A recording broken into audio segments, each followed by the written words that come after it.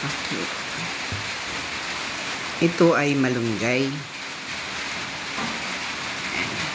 Fresh pa po ito. Ito ay isasahog po natin sa ating niluto na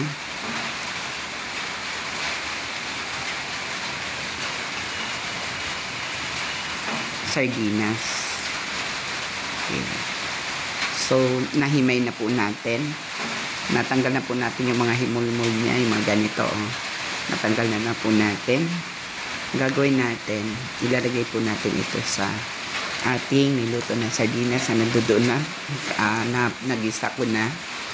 Actually, nagisa ko na po siya sa luya. Bakit luya? Kasi nga, pampaalis ng lansa. Tapos, nilagay ko ng, nilagyan ko na po siya ng, bawang. Bakit kailangan ng bawang? Pampabango. Diba? Pampabango ng niluto. Nilagyan natin ng sibuyas. Ngayon, iluhuhulog na po natin ito dito sa ating nakulaan yung ginisang sardinas. Yan.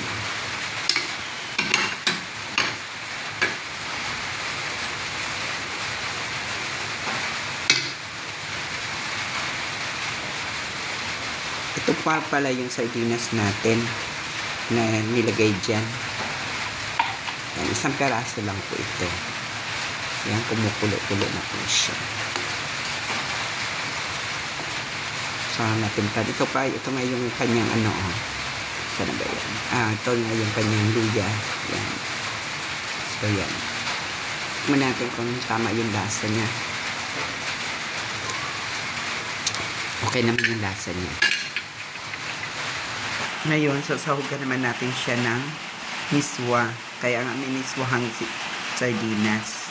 Ngayon, ihuhulog na po natin. Ilalagay na po natin itong ating miswa. Ayan. Pag ganito maulan, masarap itong ulam. Diba?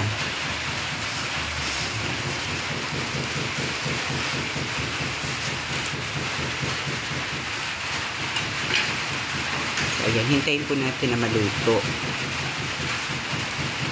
Diba?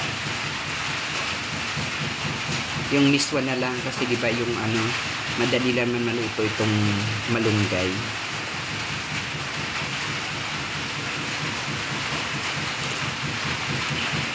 Masarap siya kahit wala pang pampalasa.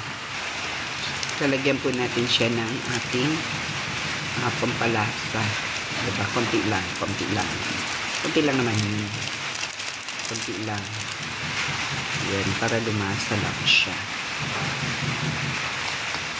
Ayan, medyo lumapot na siya. Ang bilis lang talaga maluto itong ating miswa, no?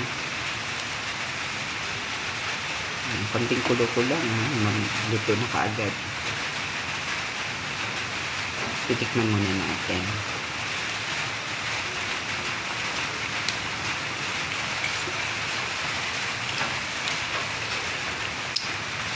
Sarap.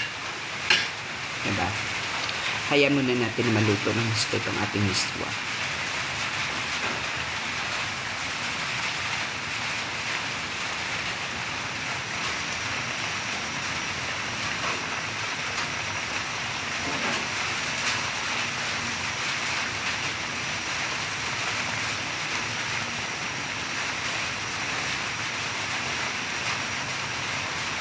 Yan, ready na po tayo kumain. Sarap nito.